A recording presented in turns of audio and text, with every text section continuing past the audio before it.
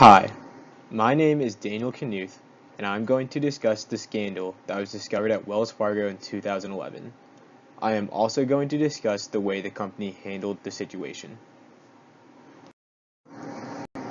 Bank fees are annoying, but imagine paying for accounts you did not even sign up for.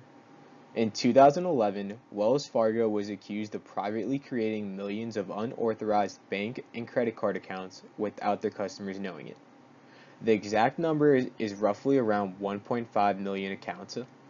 The employees created the accounts to make more money. The accounts are created by transferring money from a customer's existing accounts to their ghost or fake accounts without them knowing it. Customers were charged for insufficient funds or overdraft fees because there wasn't enough money in their original accounts. This cartoon visually represents the situation that happened at Wells Fargo. The mannequins represent the ghost accounts.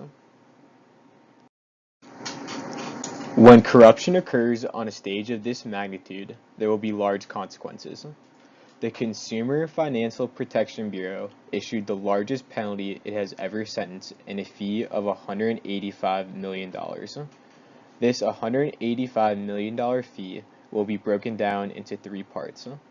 The first part is $100 million will go toward the CFPB penalty fund. The second part is $35 million will go to the Office of the Comptroller of the Currency. And the third and final part is $50 million will go to the city of Los Angeles. Another consequence is $5 million must be returned to the customers affected by the scandal. Wells Fargo has fired 5,300 employees who were all involved with this scandal. Lastly, Wells Fargo is facing pending investigations from the Department of Justice and Labor as well as the Securities and Exchange Commission. Wells Fargo reacted to the scandal the best way possible. They acknowledged the problem and took it head on. The board fired CEO John Stumpf and replaced him with a more trusting and proactive CEO, Tim Sloan.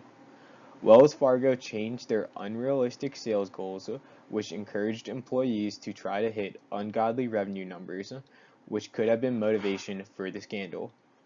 This change in sales goals was suggested by Warren Buffett, who owns most of Wells Fargo's stock. The board again punished their own by stripping top executives of their bonuses. The board also stepped up and initiated an internal conduct review of the whole company.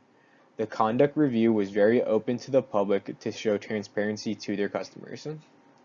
As well as an internal review, Wells Fargo has also hired the law firm Shearman and Sterling to conduct a review of the entire company.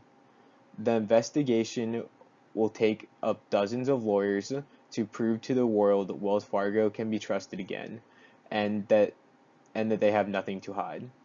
The investigation has not finished yet, but if the investigation turns up more information, more consequences could be handed down from the Consumer Financial Protection Bureau. Lastly, they wanted to help improve customer relations by showing the company is undergoing change from the top down to bring the company back to its roots, which once made them great. Before the scandal happened, Wells Fargo was unanimously known as one of the top banks in the world. But now, because of the scandal, they have lost their worldwide respect. Through the use of plain English, they are working their way back to the top.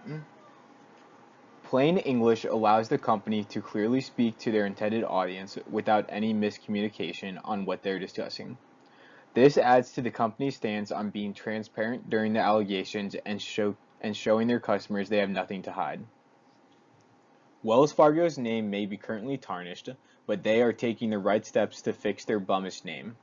They have been able to sustain positivity with their remaining customers as well as attracting their former customers by being honest about the entire situation.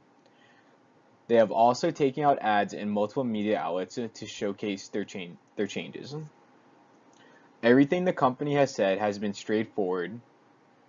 All in all, I believe Wells Fargo will be able to return to the institution they once were and this will also put the scandal in the past.